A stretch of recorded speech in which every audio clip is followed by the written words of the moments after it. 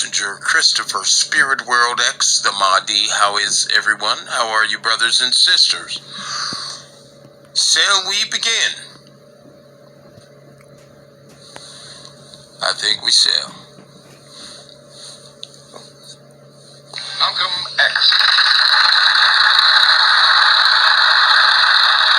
Sir, what's the real reason why you two men split? Is it merely ideological, or is it personality? What else? Probably personality. It was not the statement that originally was given by the movement when we split. It's more personality than anything else. You've called people like Martin Luther King, who just got a Nobel Peace Prize, an Uncle Tom. Is this correct? First? Well, I'd rather say that in the States, there's a law that has recently been passed, or a decision handed down by the court, where if you call someone an Uncle Tom, they can sue you for libel. Well, so I never refer to them as Uncle Tom. I would say that Uncle Martin is my friend. Uncle Martin is your friend, yet you would disagree with his approach to what he wants to accomplish. Definitely. If his approach would bring about what the black man in America needs to completely eliminate the problem that we have, I would say well and good. But I very much doubt that anyone who adopts the approach that Martin Luther King has been teaching to our people in that country can point to any meaningful gains that has actually served to solve the problem. Black Muslims have sometimes, whether you have or not, and I think probably you have sometimes, it seemed to me, been preaching hate to meet hate. I don't advocate any kind of hate. There's a lot of talk that sounds very much like it. No, I think that the guilt complex of the American white man is so profound until when you begin to analyze the real condition of the black man in America, instead of the American white man eliminating the causes that create that condition, he tries to cover it up by accusing his accusers of teaching hate. But actually, they're just exposing him for being responsible for what exists. Well, that's something of an argument, but I've heard speeches made by some of the people of your group. I think I've heard you make speeches. It seemed to me that you were advocating what I would have to describe, I think, as violence to meet the serious injuries that have been done your people, with which I totally agree. I don't call that violence. I don't in any way encourage black people to go out and initiate acts of aggression indiscriminately against whites. But I do believe that the black man in the United States and any human being, anywhere, is well within his right to do whatever is necessary, by any means necessary, to protect his life and property, especially in a country where the federal government itself has proven that it is either unable or unwilling to protect the lives and property of those human beings. Just before Pierre takes it, you've got a pretty good fighter in the world's heavyweight champion lined up with you to help out. Yes, well, Mr. X, I guess I call you that. Is that the proper appellation, yes. Mr. X?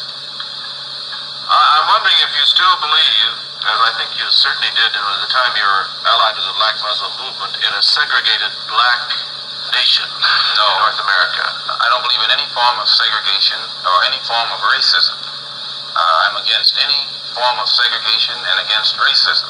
Am I right in saying that the Black Muslim movement, which you have led, did believe in that? Well, Elijah Muhammad taught his followers that the only solution was a separate state for black people.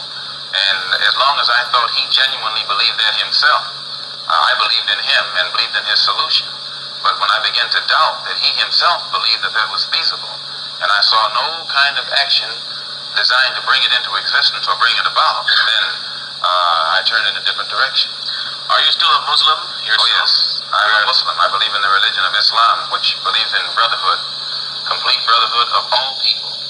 But at the same time that I believe in this brotherhood, I don't believe in forcing my desire for brotherhood upon those who aren't willing to accept it. Because I think the Christians would say that they also believe in brotherhood. What did you say to that? I'd say they believe in it, but don't practice it. Well, that'd be a pretty good answer. Sir, when the muezzin goes up in the minaret twice a day, he cries to the world, there is but one God, and he is Allah. Do you deny that there is a Christian God? The muezzin does this 5 times a day. 5 times, and I only heard him twice. Well, you were fortunate to hear him twice. But he does this 5 times a day, and the same God that he says that he expresses the existence of is the God that the Christians profess to believe in themselves, and the God that the Jews believe in. One God, the creator of the universe. The Muslims believe in the God that created the universe, and I think the Christians do, and the Jews do. Now, as long as all of them are talking about the Creator, the Jews may call him Jehovah, and Christians may have another name for him. Those who are Arabic speaking refer to him as Allah. Well, we believe in the same God. Now, as the Muslim religion advances in the United States, are you modernizing it or sticking with the old faiths? For example, the complete segregation of the sexes. I think that everything today on this earth is being modernized. Religious principles and practices, as well as political and other things. Now, when you went to Mecca, this is a very sacred and forbidden city. I tried to get to Mecca myself and certainly didn't make it, not being a Muslim. But how would they accept you as one? You're an American. There are few American Muslims. This is true, and by being an American and not having not being able to speak the Arabic language, I did strike a snag, a very serious snag. But I was fortunate to have been pretty well known by the officials in Arabia, and they knew too that I had accepted Orthodox Islam. It had been highly publicized in the paper, and I became a guest of the state. I was a guest of Prince Faisal, the present King Faisal, and they made it possible for me to go before the Hajj committee or Hajj court, who examines you and asks you questions about your belief. And if you pass it, then you are okay to go to Mecca. But you would have to have a translator then. I had one. Yeah, Betty? Mr. X, since you're split with the Black Muslim movement, have you formed your own group? Yes. And also, you say that you don't believe that Martin Luther King has solutions. What are your solutions? Well, first, we formed two groups. The split resulted in the formation of two groups. The Black Muslim, those who left the Black Muslim movement regrouped into what has now become known as the Muslim Mosque Incorporated, which is strictly religious, based upon the religion as it is taught in Mecca and Cairo and other centers of Islamic religious learning. Then we realizing that our problem in America, that we are Black Americans and we have a problem that goes beyond religion, we formed a group known as the Organization of Afro-American Unity. And the objective of this organization is non-religious, number one. Any Negro can belong to it. And the objective of that organization is to bring about a condition that will guarantee respect and recognition of the 22 million Black Americans as human beings. Now, this is very laudable, but how? Well, by any means necessary. We feel that the problem, number one, of the Black man in America is beyond America's ability to solve. It's a human problem, not an American problem or a Negro problem. And as a human problem or a world problem, we feel that it should be taken out of the jurisdiction of the United States government and the United States courts and taken into the United Nations in the same manner that the problems of the Black man in South Africa, Angola, and other parts of the world, and even the way they're trying to bring the problems of the Jews in Russia into the United Nations because of violation of human rights.